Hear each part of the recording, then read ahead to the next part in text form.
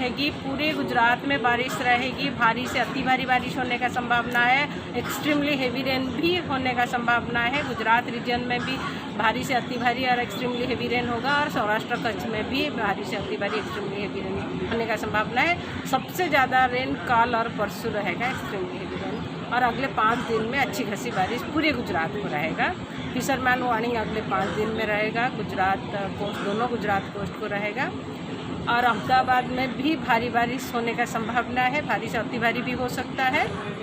और रीज़न क्या है? गुजरात में 41% डेफिशिएंट है। अभी ये स्पेल में काफ़ी कुछ कवर होने का संभावना है। मैम क्या कारण क्या रहेगा?